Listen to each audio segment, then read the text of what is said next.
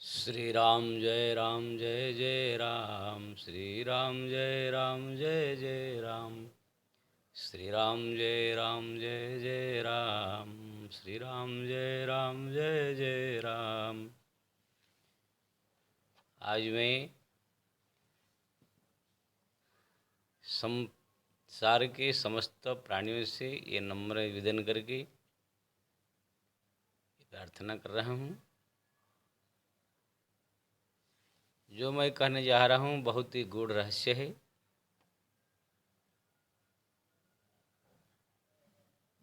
गूढ़ इसलिए है कि लोग पुराण शास्त्रों का ग्रंथ का अध्ययन ठीक से करते नहीं हैं। इस विशेष में न जानने के कारण उनके लिए गूढ़ है, रहस्य है।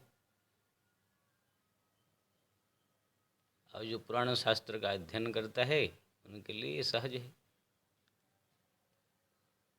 तो इसको जो है ध्यान से सुने और जीवन में अपनाने का प्रयास करें, अपना कल्याण करें। आज मैं श्री जगन्नाथपुरी धाम के बारे में जो है कुछ कहना जा रहा हूँ। जगन्नाथपुरी की महिमा। पहले मैं बद्रीनाथ, द्वारिका, रामेश्वरम आदि की महिमा के बारे में वीडियो बना करके सबके सामने पेश किया। जगन्नाथ धाम जो है चार धाम में धाम है जो कलियुग का धाम है।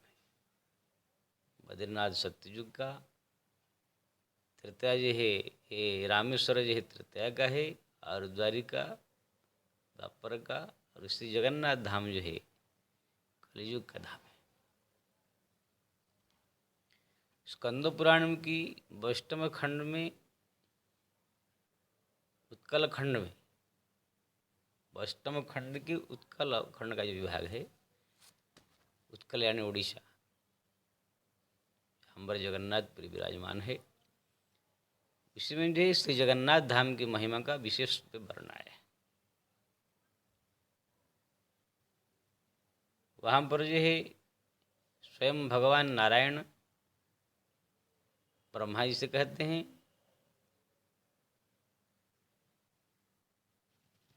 और जयमुनि ऋषि जो है कुछ ऋषियों से कहते हैं। एक बार जो है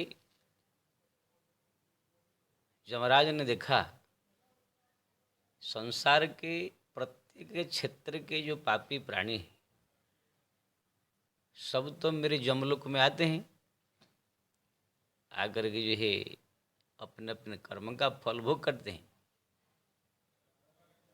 लेकिन उत्कल खंड में जगन्नाथपुरी धाम है जिसका विस्तार 5 कोस है।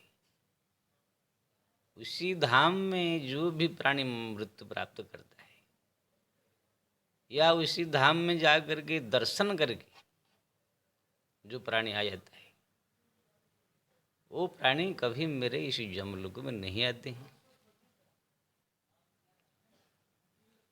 और जगन्नाथपुरी का दर्शन करने वाले बहुत सारे लोग हैं, इसलिए उस सब के ऊपर यमराज ने देखा मेरा अधिकार खत्म हो रहा है।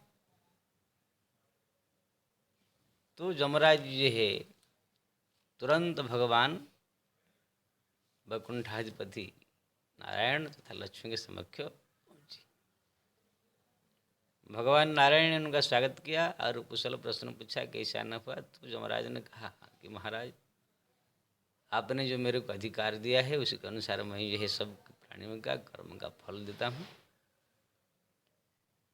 लेकिन जगन्नाथपुरी धाम जो है भारतवर्ष का जो उत्कल खंड में विराजमान है, वहाँ में जो प्राणी मरते हैं या वहाँ का जो दर्शन कर लेते हैं वो सब मेरे पास न आकर के सीधा आपके धाम चले जाते हैं। इसलिए महाराज मेरा अधिकार जो है कम हो रहा है, वहाँ के लोगों के ऊपर जो है मेरा पूरी तरह से प्रभाव खत्म हो रहा है। इसलिए आप कृपा करके जो है वो धाम की महिमा को समाप्त कीजिए। आप वहाँ पर से अगर निकल आएंगे तो वहाँ का धाम की महिमा अपने आप कम हो जाएगा। अब मेरे यमनगर में सब प्राणी फिर आने लगे। तो भगवान नारायण ने सुना, मन में मुस्कुराए और माता लक्ष्मी को ईसा करके कहा, देवी थोड़ा समझाइए आप। तो माता लक्ष्मी जो है जमराज को समझाती। लक्ष्मी माता जमराज का संवाद है स्कंद पुराण। माता लक्ष्मी ने कहा कि धर्मराज जी, आप जो आशा लेकर के आए हो वो आशा यहाँ पर पूरी नहीं होगी। ये जगन्नाथ धाम है, इसको पुरुषोत्तम क्षेत्र कहा जाता है।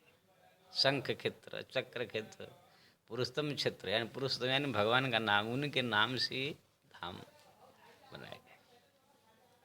इसलिए इनका जो महिमा है साक्षात नारायण के जैसा ही।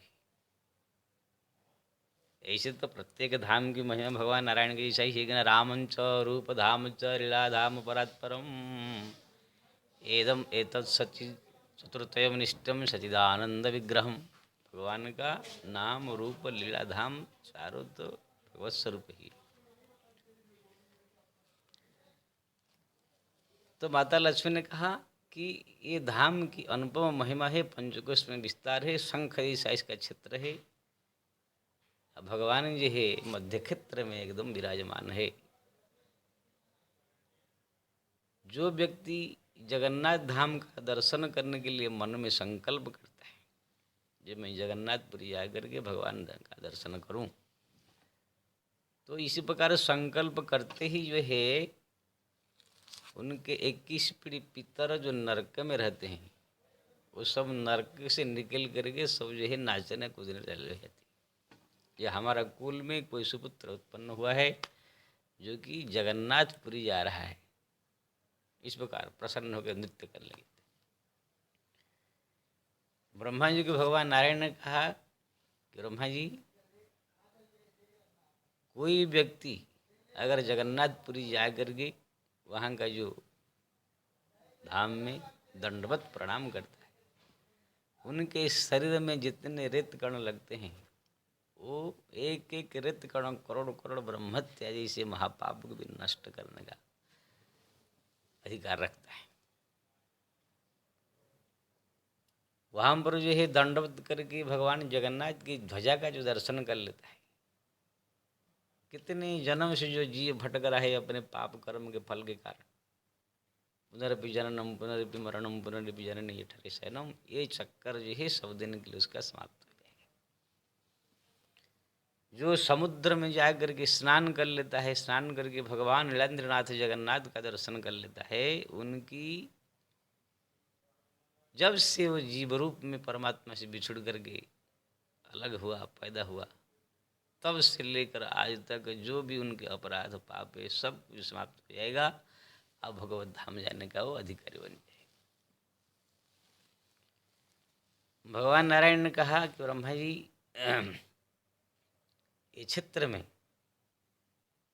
जो दर्शन करके मेरा वहाँ पर जो भी पूजा पाठ जप तप साधना किया जाता है करोड़ों गुणा हो करके यही प्राप्त होता है।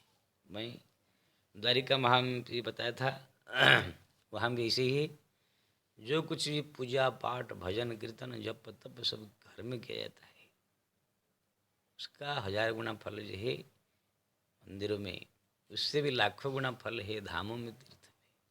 उसमें भी बड़ा बड़ा जो धाम है, यहाँ पर ब्रह्मा जी को जो है भगवान नारायण कहते हैं, जो जप तप पूजा पाठ साधना वहाँ जाकर करता है जगन्नाथपुरी में, उसका करोड़ों करोड़ों गुना फल होकर के जो है जीव को प्राप्त होता है।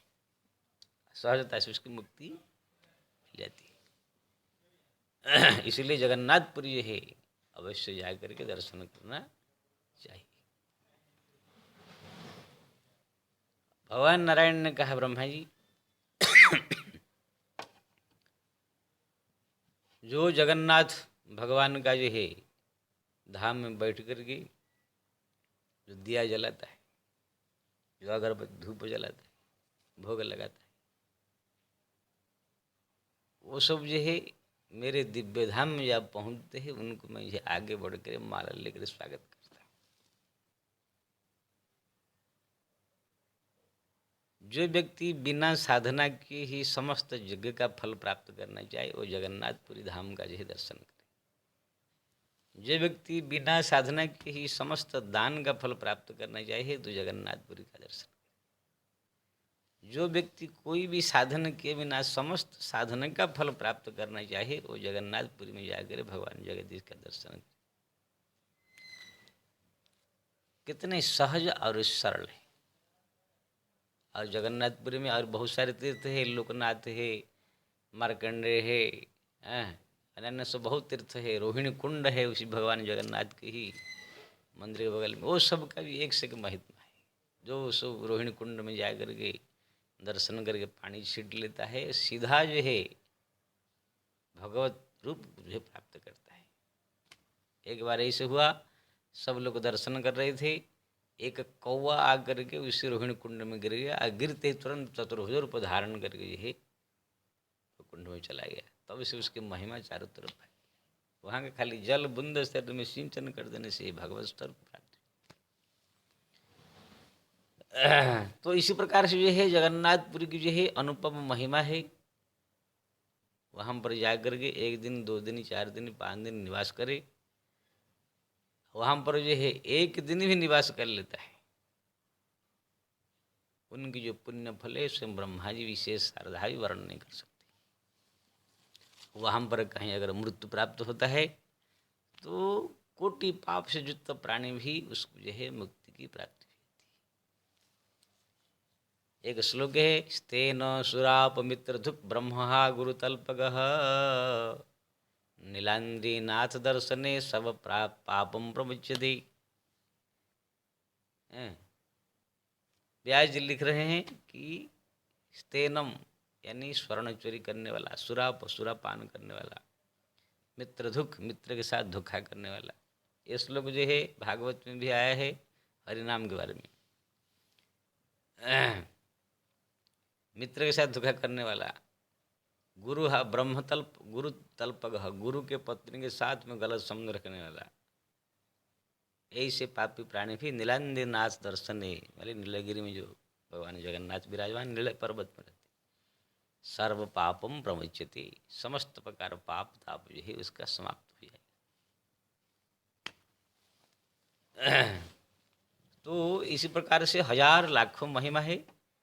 मैं तो आप लोग को मुख्य मुख्य करके बता दिया है। जिसको विशेष जानकारी प्राप्त करना हो तो स्कंद पुराण एक ऐसे पुराण है जो कि उसमें 80,000 से ऊपर श्लोक है और वो केवल तीर्थ महात्म्य से भरा हुआ है। आप हर एक तीर्थ, अयोध्या, काशी, मथुरा, वृंदावन से लेकर सब तीर्थों का महिमा, उसका दर्शन का, स्नान का फल क्या, उसके बारे में ही उसमें वर्णन है, श्लोक के साथ में है। लेकिन मैं श्लोक सब इसलिए नहीं कहता हूँ कि ज़्यादा समय लगेगा और लोग जो है संस्कृत का कब समझते हैं। लेकिन जो कुछ भी कह रहा हूँ मैं संस्कृत श्लोक का ही सब व्याख्या इसमें है, मैं सब पढ़ के सब अनुमोदन करके ही बोल रहा। तो इसी प्रकार से जगन्नाथपुरी की अनुपम महिमा है। जिसको ज़्यादा जानकारी करना है स्कंद पुराण के वैष्णव खंड में उत्कल महात्म्य है, इसमें जाकर के पढ़ने का। यही जगन्नाथ की और महिमा है। जगन्नाथ की जो प्रसाद है, जगन्नाथ की भात जगत पसारे हाथ, इसकी भी एक लंबी चौड़ी महिमा है। इसका ही मैं आगे वर्णन करके कहूँगा। भगवान जगन्नाथ जो रथ यात्रा निकलता है साल में एक बार, वो रथ यात्रा की भी स्पेशल महिमा है। उसका दर्शन स्नान पूजन करने से क्या फल, उसका भी मैं अलग से वीडियो बना के कहूँगा। तो अभी जो है मैं मुख्य रूप में जो है वर्णन किया, इसको जो है बढ़िया से पढ़े, ज़्यादा से ज़्यादा शेयर करे और समय निकाल करके भगवान जगन्नाथपुरी जा करके भगवान जगन्नाथ का दर्शन करे और अपने जीवन का जो है कल्याण करे। जय श्री राम।